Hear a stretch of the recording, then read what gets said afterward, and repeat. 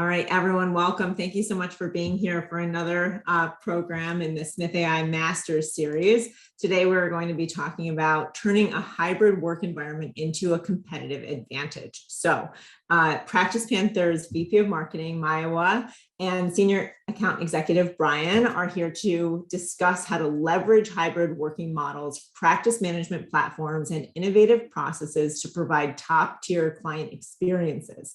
So as your host, I'm just here to field some questions to them, but we will discuss how to retain and attract new business while simplifying your operations. So we'll cover recent trends and trade-offs in law firm and other business working models, best practices for tailoring your processes in a hybrid working model and what that means, how to turn your hybrid working model into a customer service machine, and then best practices for showcasing your law firms or your businesses' modern services to drive new client growth and revenue. So before we get into the slides today, Mayowa and then Brian, will you do a quick introduction for yourselves so we can get to know you a little bit? Awesome. Thanks, Maddy. Happy to. And thank you guys all for joining. I think we can go ahead and share screen. But we are excited to have you all join for what we expect will be a great session, as Maddy said, on how you all can turn the hybrid working models that you're inevitably leveraging at your firms currently into real competitive advantages. Right, I am Mayowa Oyebadejo, the VP of Marketing for PracticePanther, and in my role, I have the pleasure of helping firms, scale solutions and provide them with resources so they can spend less time managing operations and more time on what matters most to you all, which is serving your customers and your clients. I'm joined by my colleague, Brian Gomez. Brian, you want to introduce yourself? Yeah, absolutely. And thanks everyone for attending. Really excited to be here. My name is Brian. I'm a senior account executive here at PracticePanther. I've been helping lawyers improve their practice and save time money for 4 years and counting. I'm really excited to show what we have for today. Awesome. All right, let's get into it. I love it. Cool, guys. So we'll go ahead and jump right in. If we flip to the next slide, we have a quote here, which I'll speak to here in a second. But of course, we want to start with, why it is that we're taking time today to talk about hybrid working models, right? And why it's important to your business. We all know that since the pandemic, firms across the country have kind of faced the task of really adapting your working models, literally in many cases overnight, to maintain business continuity and continue to generate revenue, right? Many of you all have been forced to quickly allow your staff to work from home, collaborate virtually, all while managing the transition of many of your systems to the cloud, right? And we've seen that in our work with our customers at PracticePanther, that while many law firms have, through trial and error, started to manage this and find their footing decently well, there's still many firms out there who are still kind of struggling to create a sustainable process that sets them up for growth, but also staff success, right? And so they're kind of hoping that things perhaps just return back to the way that they were. And here's the truth, guys. Hybrid working models are only continuing to gain momentum, right, across the legal industry. And many experts think that they're truly just here to stay. A recent study by the ABA found that just 23% of lawyers actually wanted to return to the office full time, right? That's very small. It's less than a fourth, with most of the participants actually, for those who are open to going back, just want to be in office 2 or 3 days, right? So they really want this new hybrid model. So while it relates to staff desires, it's not just about that. We've seen that, a stat that around 10% increase in billable hours for the firms that have actually managed transitions to hybrid working models well, right? And we think this is really driven by increased productivity and accessibility for clients. I see this. Yeah. Go ahead, Brian. Yeah, I was just going to mention, just to play off that, I have definitely seen that with a lot of clients that I speak with. Working from home, you're saving much time on commute, increased productivity, you'll have more time at home, reducing those hours that you would spend going back and forth to the office and whatnot, to the point where if you're going to be hiring more talent, they're going to be looking for that kind of thing to make sure that that's available to them. Right, and we see this quote that we have here. It's from Citibank, so not specific just to the legal industry, but it's from their client advisory report. So it's across industry, right? And you see this real focused on, how companies are using technology to support the hybrid working model, with the real focus on operational efficiency to control costs, but also grow revenue and profits, right? So across industries, there's no real running from the hybrid working model. It's an important thing that we make sure, our customers at PracticePanther are getting it right if they choose to go this route, but also you all on this call are really well suited to take on as well. And so we want to start by really digging into the tenets of hybrid working models, right? And the different flavors or varieties that exist. This is a really important thing that I think that we'll want to make sure we're all grounded and have an understanding on. And I think some of what we'll share in terms of what we've seen from our customers may be pretty surprising to you all in terms of the models that are out there. Cool. So in my opinion, what I think is the real beauty of hybrid working models is that you all can adapt these to whatever fits your company or your firm, right? With 63% of lawyers wanting to work, real flexible hours in terms of location, compared to what, 2.5 years ago was just 22% pre-pandemic. Being able to consider the right options from your firm is really just table stakes, right? Overall, we've seen within our client or our customer base really 5 types of hybrid models that have really taken a root in terms of the most common ones, right? And these could be based on locations, practice area, business type and processes, or just kind of division of labor. And so I'll walk through each of these at a glance and kind of start up here, the upper right with the office first model. This one is probably closest to what we're all used to, or what we all kind of saw employed pre-pandemic.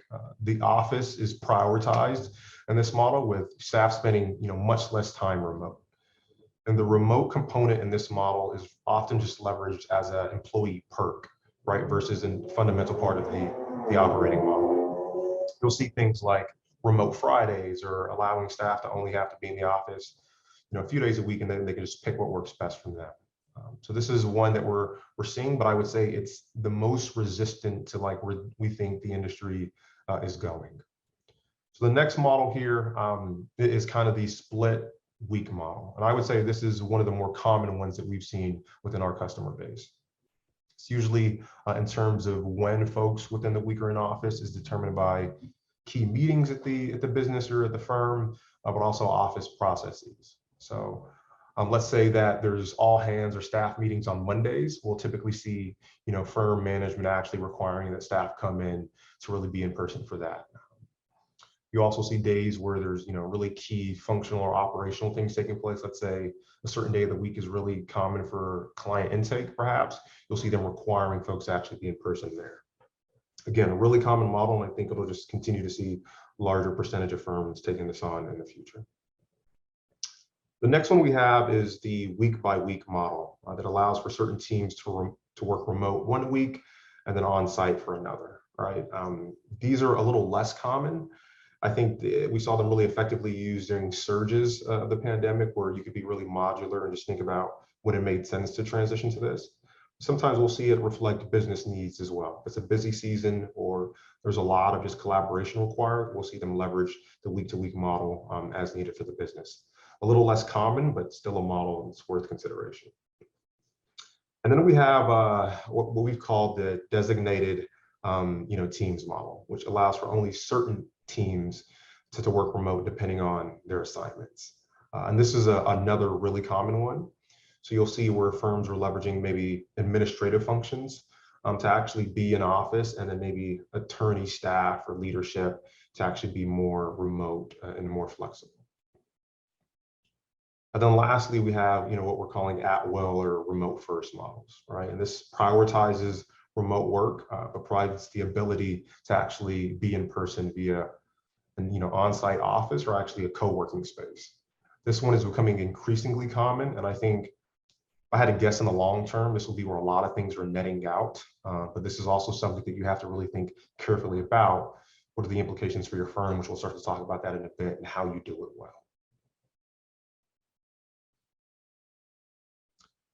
So now that we've covered a bit of the models that exist that we've seen for within our customer base, and I'm sure there's a few others out there, and we want to talk about how you all determine what's the best long-term fit for your firm, right? I think we've all, again, just kind of made do with what was required through, the macro environment. But as you guys think about, possibly getting, post-pandemic, what's the long-term strategy you want to employ here and set your team up for success?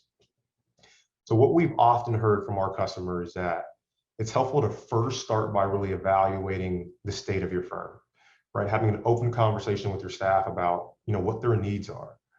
I think what you really want to understand here is a few things that we have listed, right? What is your staff open to and comfortable with? How much time do they want to spend in person versus remote, right? And this can range firm to firm, right? Like it could depend on location. It could depend on like median age potentially of your firm. We see different habits based on, demographic, business model, practice area, et cetera. So there's no one right answer. And so it's really important to make sure that we are touching base with our full staff to kind of understand what their appetite is. The next one here is around, what aspects of your firm's processes may be impacted by leveraging some level of a remote or hybrid model, right? This could have impacts on culture, right? Your current processes may be in the short term blown up and have to be reimagined as they, relate to what works best for a hybrid model. Then also client service, right? What's the impact? Does it provide greater accessibility, right? Does it actually impact the level of the service? This will range by practice area and business type. But these are the things that you want to have a clear hypothesis or answer on before you decide on what model is best for your firm. And then we have the financial implication. This is a big one, right? Like, what are the implications of going hybrid, right? Depending on your model, there's going to be different, implications on your bottom line, right? While you may save in office space if you go more towards a remote first model, right, due to overhead and so on. There may also be costs like that are incremental due to systems, right? And a lot of the firms that we work with, you'll see that maybe they didn't anticipate this fully, and so they've coupled together a lot of point solutions that were a bit one-off, right? And the cost for those can actually start to rack up if you aren't being, really comprehensive in terms of what is our firm going to need as we make our long-term strategy. And then what I would say from there is, like, after you've kind of decided based on the pulse of your firm and the answers to these questions, what we suggest is you start to just implement this through experiments, right? And so starting off with just a few teams or individuals at your firm and testing that model with them. And then taking time to step back and evaluate performance and get a pulse check for how that relevant staff felt about the transition. What we've often heard is that this is the make or break for many law firms, right? It's around how effectively leadership communicates with staff or feedback, during and post a test to really understand, is this a long-term viable strategy for our firm, right? So we don't skimp on this. This is like a really important one that we highly recommend. Cool. So, as we now kind of have an understanding of the different models and flavors that exist, as well as like how you guys are going to think about what's best in the long term for your firms, let's start to talk about, how the firms that we've worked with are actually leveraging this model in the long term to realize a real competitive advantage. Jump to the next slide. And so, y'all, according to the ABA, 76% of lawyers favor remote working models for their firm or their company. That's a lot. Well, what's crazier is that this number prior to the pandemic was less than 40%, right? And so, of course, yes, we were all forced into this during the pandemic, but there are certain benefits that are making lawyers continue to, prioritize or, prefer this model in the long term, even as we start to get, post the pandemic, knock on wood. So what are those benefits that we're hearing? Well, I think there's three that, we've commonly heard from our customers that I think will, resonate with a lot of you guys. The first one is around increased productivity. So just the ability to serve more clients in less time, right? Then there's this piece around, work-life balance and competing for talent, switching from the traditional everyday grind to a bit of a balance in terms of work, hours, location, and flexibility. And then we have the third one here around client satisfaction, right? An ability to not just serve more clients, but to serve them better in the ways that they prefer. Awesome. Brian will start to talk through a bit of each of these as you guys start to think about, if or how you actually start to realize these for your own firms. Yeah, absolutely. So once you adapt the hybrid working model, leveraging platforms like law practice management software, increased productivity is always going to come with it. So with that being said, when you have a unified system for your hybrid working model, you'll be able to better allocate time for staff to do certain assignments. A lot of these software like PracticePanther, as you can see, have something called automated task workflows. So this will allow you, instead of having to manually type up tasks, which I've seen clients do in the past with old school methods, being in the office, using a paper calendar even, you can actually pre-design automated lists to assign things to your entire team and even the clients, allowing you to serve more clients and have your tasks delegated a lot more efficiently within your practice management solution. You'll be able to maintain accessibility anywhere you want. A lot of law practice management systems are cloud-based, so they're very conducive to the hybrid working model. Whether you're at home, in an office, or even on the go, you can have a cell phone, tablet, laptop, any device, just access that application anytime. We jump to the next slide. And so the second benefit here, right? So how does it benefit work-life balance, and what impact does that have on your ability to compete for talent in this market? Well, according to a poll by Bloomberg Law News, 49% of millennials and Gen Zers responded that they would quit their job if remote work isn't allowed. That's pretty drastic. That's nearly half, right? Yeah. This is wild, and I think different for a lot of older generations, right? So finding ways to really leverage hybrid working models isn't a matter of preference any longer, right? I think it also becomes a matter of competing for talent. A few other takeaways that we've heard from conversations with customers, but also other resources and surveys, is that salary isn't always the answer. I think we all have probably experienced just what hiring and building up and retaining staff is like in this market, right? It's a very competitive one from an employer perspective to try to win talent and retain them. But oftentimes in negotiations in this market, it isn't really just about your traditional compensation. Folks now more than ever want true fluidity and flexibility in terms of how they work, right, with their employers, where they work, whether they have to commute and so on. So this is usually a driver that for many folks, as you see from the numbers, could be a make or break in terms of their decisions. Second one here is that remote work improves work-life balance for lawyers as well, right? Brian started to allude to it, right? It may not be that you're just working less hours necessarily, but it could be that you're not having to spend time on the commute. All right, it could be you have a bit more flexibility in terms of when you're working. All right, if you're at home, you can steal away to tend to one of your kids or take a quick call and then get back to work and flex it a little bit longer. I think oftentimes what people discount when they think about work-life balance is less about, hey, just like what are the sheer hours, and more about, do I have predictability in the way that I work, right? And then the last one here is just lack of this work from anywhere policies, and there's a spectrum, right, of the different models, but just could, as we mentioned, cost firms some valuable talent. You don't want to be in the later rounds with a great attorney or paralegal or support staff and figure out that because you guys hadn't thought deeply about this model, right, and how it pertains to your ability to compete for talent, that it ends up being a deal breaker for a candidate you were really excited about.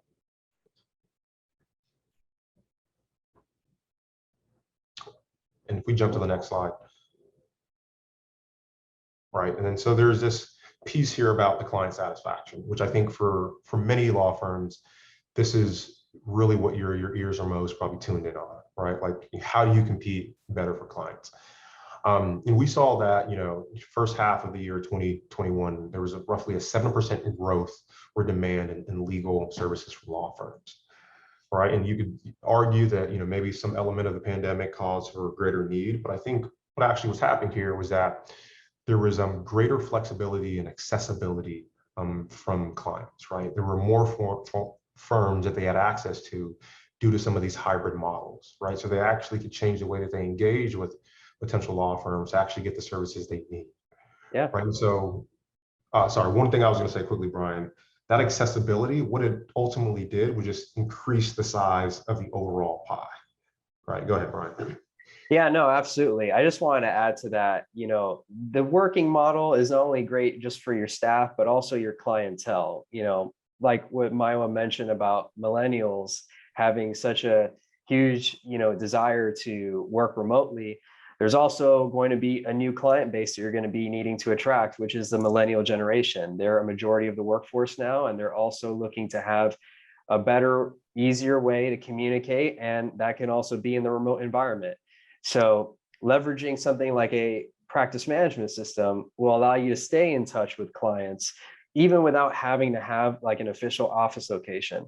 I know a lot of the clients that I speak with, ever since adopting this kind of model, they've been interacting with their clients sometimes without even being face-to-face. We're seeing a lot of people utilize Zoom meetings. We'll have also the ability, at least within our software, that you could text clients directly through the app. A lot of people love this. They'll be able to send information back and forth. It eliminates the need for you having to receive, calls at odd hours of the day. Perhaps, I don't know if any of you use your personal cell phones, hopefully not. You'll have programs that can leverage giving you a specific number just for texting, organize it within your database. The same database can also even facilitate client portal messages for anything secure that you and your client may need to send about a case. Do that anywhere, anytime. No need to have to organize or arrange an in-person meeting. E-signature has also been on the rise as well. We started to see a lot of areas of law starting to shift towards DocuSign, Adobe Sign. There are also law practice management software out there that incorporate e-signature as part of their whole package just to make life easier for you, including ours that we have. Brian, this is great. And I would say, y'all, when you think about how your firm is differentiated, I think for a long time in legal, it was just the quality of the legal service, your practitioners, and I think all that remains true, right? But I think what we're seeing is kind of the trend is that there were just operational capabilities that you're going to provide your clients that may end up being the differentiator, right? Folks just want, what they need immediately. There's this desire for instant gratification. And so if they can't get the information they want or collaborate with you in the fashion that they prefer, that actually may just be a bit of a differentiator between you guys and another firm, right? So when you think about how do I actually compete better and win more business over the next guy, right, or the next firm, right? You want to think about like what are we offering and how are we communicating that to our customers in a way that they're clear that they can get what they need from us when they need it. Absolutely. Okay, so we've covered some of the flavors of different models of hybrid working, some of the benefits of adopting them, but we'd also like to cover with you all some of the major concerns that have led to a lot of our customers struggling to implement these models as quickly or as effectively as they would have hoped. Right, so we'll jump into the next slide. So we talked about the benefits. So conversely, what are the risks of not adopting this, right? You guys can probably assume that there's potential business disruption, right? If there's another strain that surges and so on, your firm could be caught a bit flat-footed, right? There's a job market competition where, if talent now has more flexibility, greater flexibility now more than ever, if your firm is potentially stuck a bit in the past or stuck, pre-pandemic, and you're not offering them that flexibility, you're going to struggle to get top tier talent, right? And then lastly, decrease in new business. Again, as I mentioned, if law, great quality legal services and advice is one piece of the pie, you also want to think about, how do we actually just make sure they're able to get the ease of access that will also drive new business. But all that being said, and with these risks holding true, right? What are the concerns that are preventing law firms from still finding their flavor of the hybrid working model to adopt and implement within their firm? Well, like, as Brian said, we've talked to hundreds, if not thousands of firms, right, that have all been navigating this to some degree over the last 2 years, 2.5 years, right? And these are some of the leading concerns that we've heard. One is around security risk, right? Like everyone is looking, primarily to remain compliant in any, services that they're providing clients, right? And a fear of this has led a lot of law firms just to kind of remain on the sideline versus actually testing something out. Another one is around onboarding new staff, right? And then how do you actually train them, both the new staff and current staff, to the new processes that you're actually implementing, right? For a lot of folks, you're busy. Like we saw, there's a increasing size of the pie. There's more demand. You're taking on maybe more cases now than ever, and you're probably a little short staffed. The thought of implementing a whole new process that you have to train people on seems a bit daunting. Another one is around just effectively managing staff. One thing that we've heard from a few customers is like, well, I kind of struggle with this, right? It's like, how do I effectively manage, more junior attorneys, paralegals, office admins, if I don't have them, right outside my office in a cubicle or in the office next door where I can quickly go team and check in with them on the status of a case or a matter, right? Another one is just collaboration across departments. I think this kind of goes hand in hand with the last one here around workplace culture. But how do I ensure that we're not losing the ability to learn from each other, team quickly, and just provide more just like osmosis of great practices across departments? And so, look, we don't want any of these things to keep you guys on the sideline or keep you from thinking about tweaking or optimizing your model. And so we've taken a step to actually counter a few of these concerns with best practices that we've seen law firms that we work with implement to actually help them gear up for success here. Awesome. That was really good, Mayowa. I could definitely attest to like some of that from my experience speaking with law firms. So on the next slide, we could talk about the first one about security risk. So when I speak to a lot of law firms, there's always, the question of how secure is your platform, especially if you're looking at a cloud-based model versus a traditional server-based model, which a lot of law firms have been used to for many years in the past. Nowadays, law practice management software on the cloud is actually even more secure than a server, because if something were to happen to that one server that you have, let's say a malware attack or it breaks, all your data is lost. There's no way to recoup it. So when you use a system like PracticePanther or any law practice management solution, when they're on the cloud, you want to see what the process is for encryption. Most of the time, they're hosted on different kind of server platforms. Ours, for example, is hosted on Microsoft Azure, one of the most secure on the market. These servers usually include automated updates to the cloud.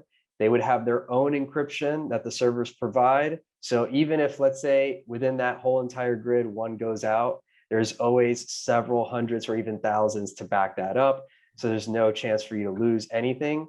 Even if, let's say, your computer broke, you could still go to another computer or device, still have access to your information no matter what. Of course, security is not only about like foreign attacks, that is also a great concern, but what about domestically within the firm? Oftentimes turnover may happen, and the last thing that you want to have is to give someone that may come off on bad terms access to things that you do not want them to have. So you want to make sure that the program that you provide has custom security roles that allow you to limit what certain people can or cannot do. So whether or not it's just an access reason, or if something happens or they leave, you just want to make sure that you're protected from any kind of threat, whether it's outside or within your firm. Now, storing documents too. Oftentimes, you're dealing with documents that may have sensitive information, social security numbers, financial records.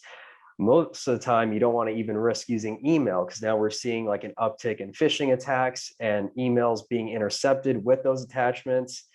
It happens a lot nowadays with just the improvement of technology.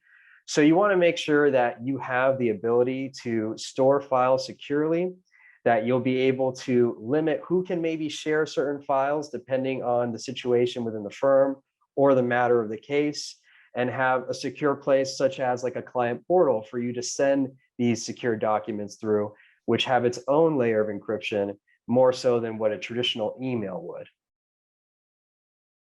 Now, if we go on the next slide, we're going to talk also about like the kind of questions to really help set up a law firm for success.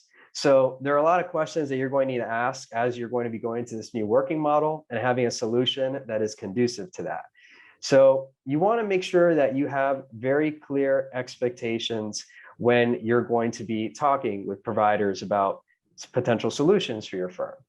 First off, how is the data migration process? If you're coming from an older system, let's say a server-based platform, this is a brand new jump to the cloud. How is that going to be handled? We have worked with a lot of law firms here at PracticePanther that have come from even very old school methods, which is just pretty much Excel. And we have pen and paper, though we can't migrate that, unfortunately. But pretty much anything, even though it is server-based, can be transferred through a data migration process. A lot of practice management solutions offer that. You want to make sure what the costs involved are, if there are any. PracticePanther actually offers it for free on one of our plans, so that can alleviate some of the headache for that. You also want to have a clear idea on what can be migrated. Are there certain things that cannot, that will have to be up to you? And also what the timeline is. You want to always have a clear timeline so you have a good understanding of what essentially is going to be this process like. Is there going to be downtime transitioning from what you have been using for a while to now something new? There's always going to be a little bit of a learning curve with anything. We do want to help shorten it as much as possible. So alongside that, you are going to want to ask about, things like training. How is that going to be done? Also, what kind of system requirements would you need? Most cloud-based software that allow you to work from home don't require any system requirements, so that's good. And then you also want to make sure to ask even the harder questions. What if it doesn't work out? What is the cancellation policy? It can be a little bit awkward to ask, but it's always good to make sure that you have yourself protected. So you need to ask if, let's say, there are refund policies available, any money back guarantees, any setup costs involved, and what happens to your data if you by any chance need to leave and transfer that somewhere else.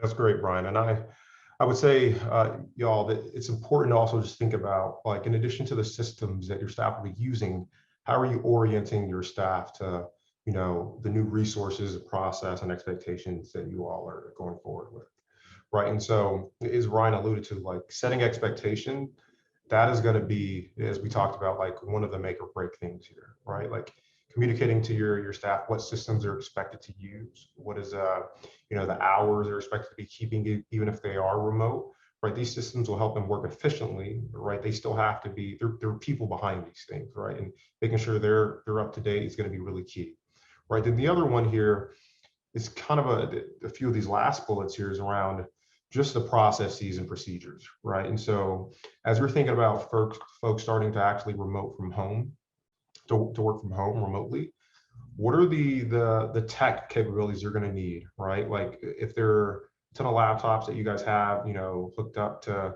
certain, desk setups at the office, what are they going to need to actually work remotely at home, right? What is reimbursement policies for any new tech for new hires, and what type of equipment configuration, right? But also security is each person going to need based on their department, their role, and so on, right?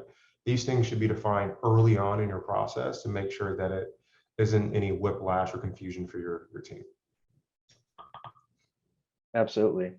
And then we can really go into depth about the transition process, because like we mentioned earlier, with anything new, there is a bit of a learning curve, but the idea is that the transition period will be well worth it, because the amount of time and money that you'll be saving once it's implemented would be very significant. And it will just make working with a hybrid working model, or even completely remote, an even more of a possibility, and also more efficient way to do business rather than a traditional method. So whenever you're going into something new, there's always usually an implementation process. With any law practice management software, there usually are lots of videos and webinars that you can attend. Here with PracticePanther, we actually offer live training. So that's also another thing that you would want to ask about too when you're making these decisions. What is the ability for live trainings? Some people may not be good at just watching videos and taking notes. Maybe they want a more hands-on experience with an expert. You want to make sure that you have that kind of process. And it's also important to make sure that you have time for training, whether it's 30 minutes or an hour. Just going into it, using some of your examples that you have done in the office with this new system is going to be key.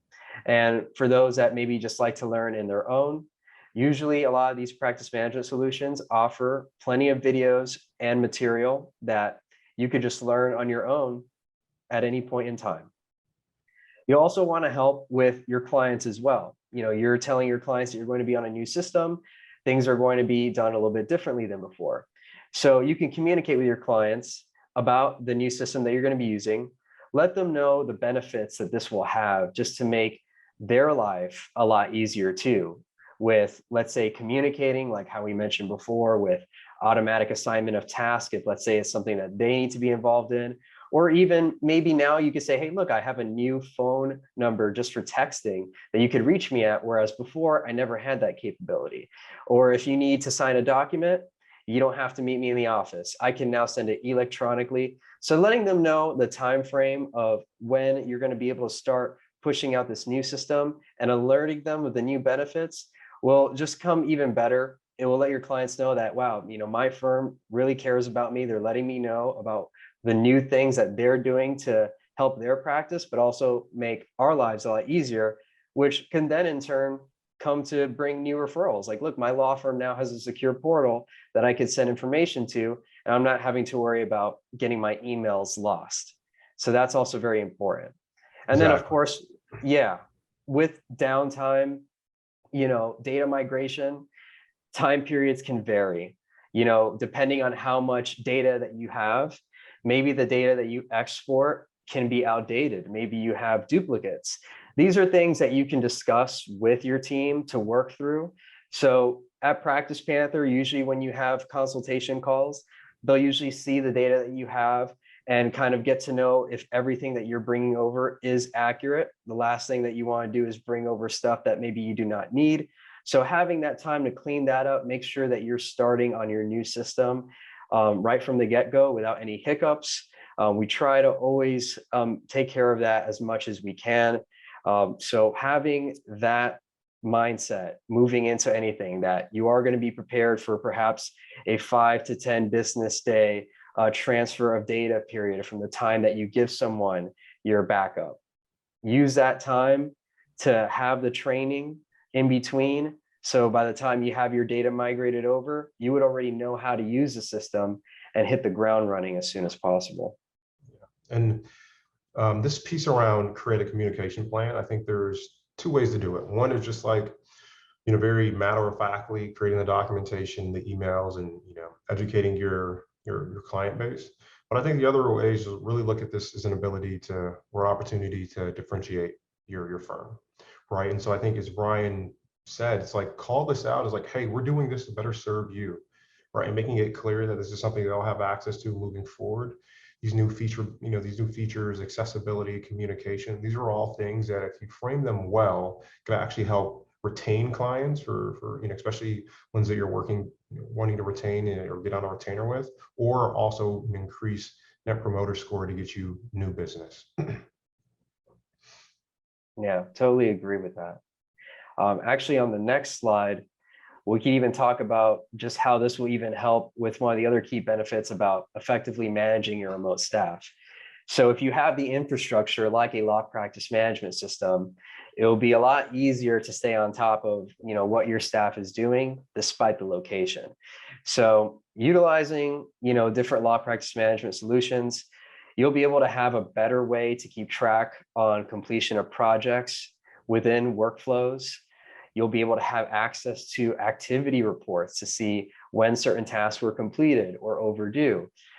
Some programs like ours even offer recent activities or audit trails. So if, let's say, you realize that a particular staff member has a couple of overdue assignments and perhaps you don't know if they've been logging in as often, you can actually see that within the same platform to actually know who's logging in and doing things efficiently, and maybe who needs help at times. And utilizing features such as like automated workflows, things like automated task lists that could just assign things to everyone within your firm. So if you already know a process, every time you get a brand new client, there's X, Y, and Z that has to be done, sending out agreements, confirming signatures, you can pre-design that. So that way, instead of having to manually enter these things on a calendar, or like Mayowa said, you want to go across the office and check in on how someone is doing. You can just have it already predetermined, assigned to everyone. And if you have the luxury of it, like with PracticePanther, where you can have in-app reminders, this will also help eliminate tasks falling through the cracks and making sure that everybody can do everything assigned to them without forgetting a deadline.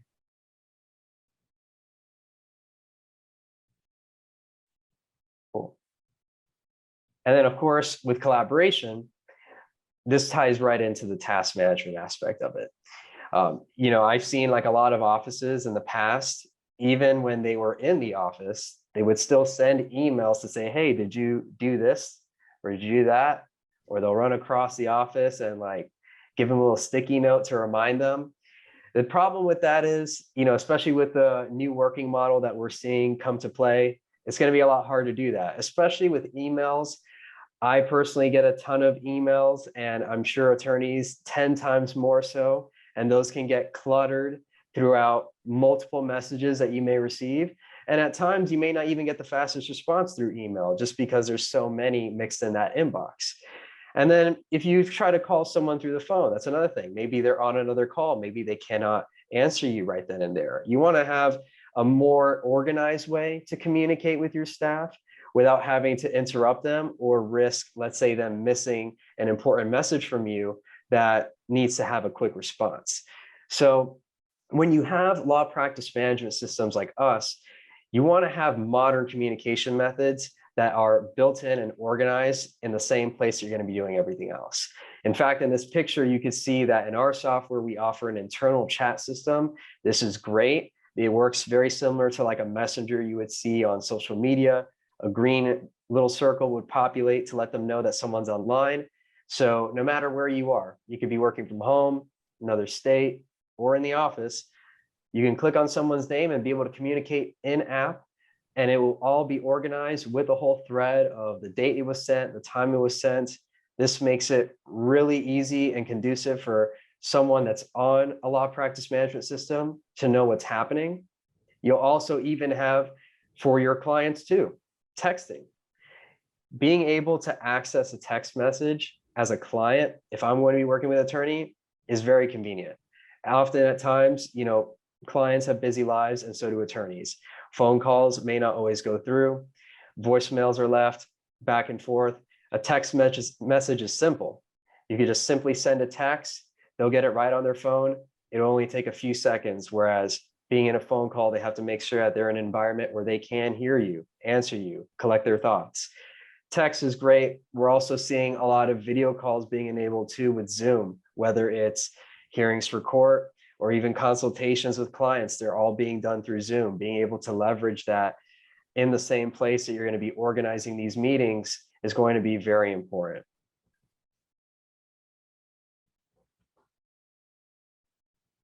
And of course, with client communication accessibility, while texting and all that is great, but what about the data entry? Oftentimes, I've seen attorneys that back in the day, client would come into the office and they would have them fill out an intake form on paper, have their staff then enter that into their system manually, and that would take some time. But now that, you know, since the pandemic, oftentimes social distancing is definitely very encouraged, or especially now with the remote model, clients may not even have all the answers when you meet with them in person anyways. So a great way that you can have an even greater way of accessibility is by utilizing things like intake forms. Some law practice management solutions offer native intake forms, which would essentially be that same paper intake form that you're used to, just being sent via email, maybe even embedded on your website, where you see a lot of law firms have contact me pages to capture potential new clients, or even just text and email it for our client at the comfort of their home, just to fill out very specific information for you to get that data to do their matter. This is great. It allows you to save time with the data entry, not only for you and the staff, but as a client, it also makes things a lot more comfortable for them because they know that they have this electronic form where they can fill out at home, where perhaps they have all the answers to those specific questions that you may need based on your practice area, and have all that done instantly. And you would just simply see that within your case management system, Very similar to PracticePanther, no need to worry about clients reminding themselves to email it back to you. It's just a matter of hitting submit once all the answers are filled, and it automatically would populate in the same place that you're going to be looking at your notes and everything for that client. Just really streamlining the entire process. Right, and this is a place where we've seen a lot of our customers leverage, like, virtual receptionists like Smith.ai is actually to really further optimize this process, right? Where they're leveraging Smith.ai for the answering and actually just having that information flow right through to PracticePanther's intake forms. So right, like when you start to like implement this across multiple processes in your firm, you start to get really dangerous in terms of how you're able to optimize the process of your whole staff. Awesome. So guys, that was kind of the last slide that we have. I'll throw to Maddy. I think she'll kind of take it from this point. Yeah, guys, that was fantastic. Thank you so much. We got a lot of great questions in. A couple that are just about PracticePanther specifically. So maybe we can go over those first, because I'm sure that those are top of mind for folks. And then we'll go to the main presentation questions. So just most recently, you were talking about, text messaging, and are those saved into each case record? Yes, absolutely. So that's a huge benefit within PracticePanther. The texts are all organized. So if a client may have multiple matters and you want to start a text thread for a specific matter, you can do that. And then moving forward, all those texts will be saved into that specific matter. So you'll always have that subject line. Even when you compose a text, you can select the matters that you want to be a part of. So yes, you can definitely do that. Okay, awesome. I figured that makes a lot of sense to make sure everything is coordinated and consolidated in that way. Another question, so does PracticePanther have the ability to aggregate activity reports for a group of selected cases? So the thought here is this would give you a case list with a report on the status of each case in one place. Do you have any idea, how that could be useful or utilized? Yeah, absolutely. In fact, PracticePanther actually offers a lot of ways for you to aggregate reports. A very common one that I have seen, especially with firms that have multiple practice areas, they usually want to see activities based on practice type. So if, let's say, they practice personal injury or criminal law or family law, they'll want to see how many assignments are overdue based on that practice area. We actually have a really good tagging system that is wonderful for reports. So you can essentially have your own filters, and we have Boolean logic too. So if you want to include multiple filters, so you have a really true aggregate of like different pieces of data, or if maybe you just want to just single out a specific tag just to see information on that, you'll be able to do all that from within PracticePanther. Awesome. Okay, wonderful. There's a question also from someone who's in the UK asking about templates and ideas already, to be best practices or useful jumping off points for new or maybe even seasoned PracticePanther users who are just looking for something innovative to apply to their existing setup. Do you make use of playbooks or templates or anything for those who want to, hit the ground running? No, that's a very good question. So PracticePanther, we don't have like built-in templates out the gate that you can utilize. We see that a lot of firms are very unique, essentially. So we don't want to have to utilize a template that you may not even use and you'll end up changing anyways.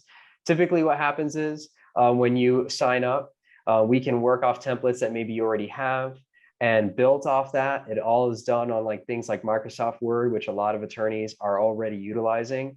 Most of the attorneys I speak with already have like pre-designed templates that they've made off Word. And it's just a matter of having PracticePanther pull certain fields from it, which in reality can only take a few seconds with the way that we've made it super easy to build. So it's really easy to set up, but we do have like plenty of groups and forums of people that have shared existing templates that you could utilize. Also, our trainers and our support staff are very familiar with like working with new firms that maybe don't have like a specific idea on how they want to do their template. You can get guidance on that in addition to, just common forums of user groups that we have and being able to share knowledge that way. Yeah, we found the same with Smith.ai, that a lot of folks who've been, working with us for a while will advise newer clients, and we'll end up even bringing those into our own playbooks and say, that's a really great practice. We should be mentioning that in our own trainings and onboarding resources. So yeah, I appreciate that perspective, Brian, and I know how useful a lot of those groups are. I've seen the communications within those on Facebook and other channels. So another question about that, the portal allows you to do a lot of things. Does it also allow you to share documents with a client like a Dropbox or Box might be able to? Yeah, so we do actually have, speaking of Box, we do have an integration with that on the client portal that you can utilize so they can access a Box account from within there. If not, we do also offer the secure messaging. So if, let's say, one of the tasks for your client is send me a financial record or anything like that, they can simply send a secure message and attach any file type. It doesn't matter if it's Word, Excel, PDF, or anything like that. They can send it through the client portal. You'll be able to see it in the message thread and even upload and download the attachment anywhere, anytime. Awesome. So I think, going back to the main presentation, there are some questions around like, how do I use PracticePanther as a collaboration tool? What does that mean for the other collaboration tools that I might be using, or other software that I really want to bring into the system I'm building for better cohesiveness and business continuity across remote teams or hybrid teams? So are there any like examples that you could share about workflows that you see being highly effective and maybe applicable across a number of different law firm models? Yeah, for sure. I mean, that's a really good question. I have seen often a lot of times, being able to have PracticePanther sync with existing infrastructure that attorneys may have.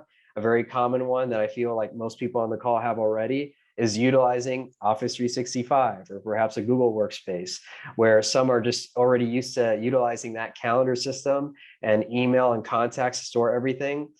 You can utilize a system like PracticePanther to make it even better. So as you're, let's say, sending emails to clients, to streamline that, you can have that now organized within a client's matter. So instead of having to search through like your Outlook email, finding that specific phrase or word, you can now just search up the client, the contact, and moving forward with that sync enabled, it will already be organized. On top of that too, when you're going to be setting meetings on the calendar, you'll be able to have that integration now.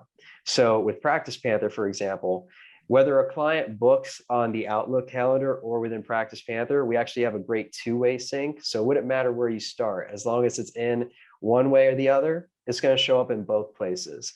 So it actually makes it very easy to keep track of, and really difficult for you to lose sight of any particular assignment as you're transitioning to this, new system. It's always going to be important to have it integrate with things that, like Outlook, Office 365 is a really common one.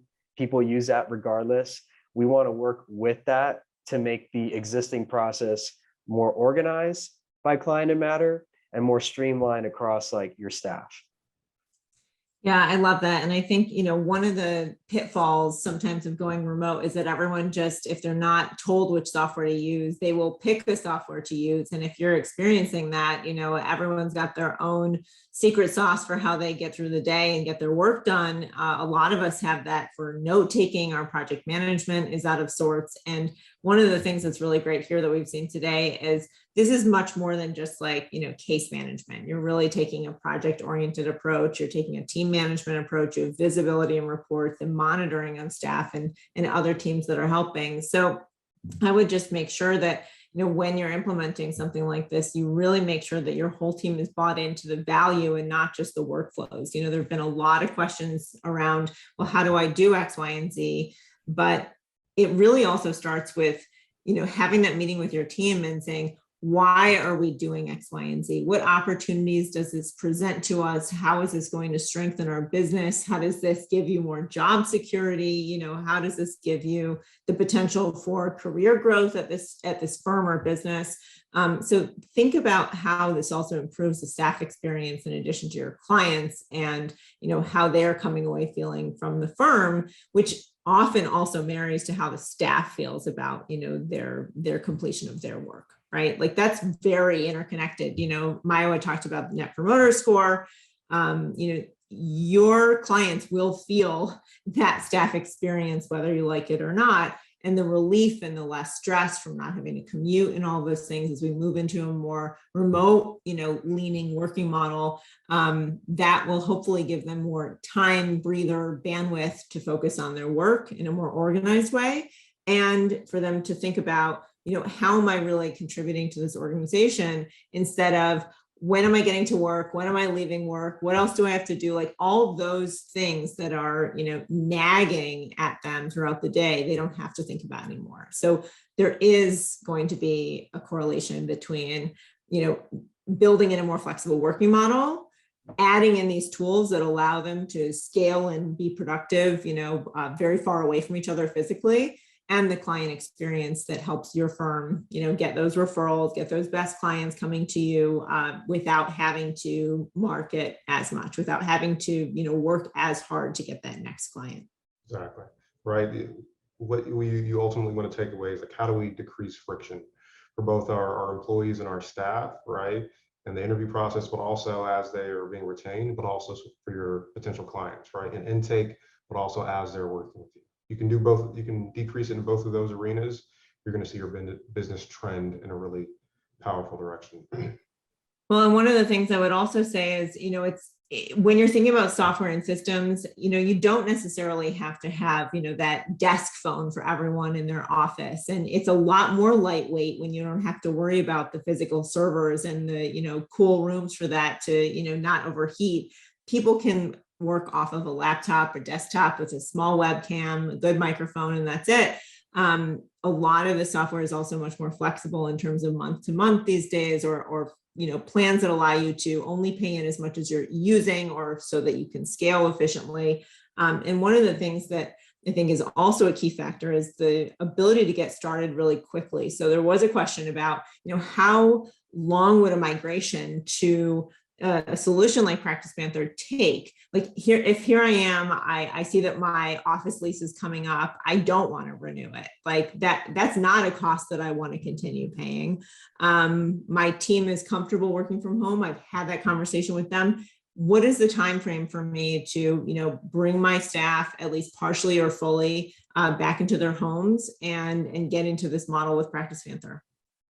Yeah, for sure. And that's a very good question. So onboarding and the transition time really depends on the firm situation. So if, let's say, we're talking about like you're transferring from one program to the other, that you have data that needs to be migrated over, that 5 to 10 business day window that I gave in an earlier example, that's actually the standard model that we provide clients. So from the time that they give us their data, we'll be able to do that within that 5 to 10 business day period. So of course, depending on the size of the firm too, we have seen on average, at least with PracticePanther, once a user has one live training for about an hour, they have a really solid understanding of what the program can do. Of course, some people learn differently. Some people like learning better in groups. Some people like one-on-one sessions. So depending on how many users will need training, that can also play a factor. But usually we try to have the training done within that time period that the data migration is done. We don't want to have to waste time if we don't have to. So if you're being trained while we're doing the data migration, you'll have that 5 to 10 business day window to take advantage of that, play around with the software, whether you're watching videos on your own or you're talking with somebody that can walk you through everything and hold your hand for that time period. By the time you have your data, you should already have a very solid understanding of how to input stuff and do what you were used to with your role just on a newer software, and ideally more efficiently that way. One of the things that I'll also mention as we wrap up here, we only have 1 minute left, is if you think that this is a net new cost, you're totally wrong. Like this is a cost that actually is going to be absorbed and overcome by all the savings and benefits that you have. I mean, even Brian, when you were talking in Mayowa as well, talking about all this efficiency, reducing client calls, they're texting, they're going into the portal instead, they're getting that self-serve model when they see their own documents and uploaded in Box or whatever, that's going to reduce your call volume. Your Smith.ai bill may be lower. You may find that you're not having to pay for as much system infrastructure for your clients. You may find that you can consolidate software and you don't need other collaboration tools that you're currently paying for. So this is something that should be easy to absorb, and then to see the productivity gains, the staff longevity, the client happiness, that even though it feels qualitative, it absolutely can be quantified in the referrals you're getting, the experience you're seeing, and the relationships that persist longer over time for more value from each of those clients. So I really want to emphasize, there's a lot to be gained from a small incremental upfront cost here. And we see that with a lot of the most mature firms. There's a great report that shows that those firms that are adopting technology are the faster growing, thriving firms, right? So align yourself to that growth curve, and I think you'll see the immediate results from that. We've both shared some access in the chat to how to reach out to PracticePanther and Smith.ai. Go get yourself a demo. I also shared the link to Smith.ai. We do integrate very deeply with PracticePanther. Can complete those intake forms. We can schedule your appointments, and we can get that data into PracticePanther with no data entry yourself. So we will follow up with everyone who joined us here live so that you can get access to this recording. I just want to say thank you so much to Mayowa and Brian and to the behind the scenes team for controlling the slides. And hopefully we'll get to do this again soon. Thanks, Maddy. Thanks, everyone. All right, wonderful. Take care, everyone. Bye. Thank you.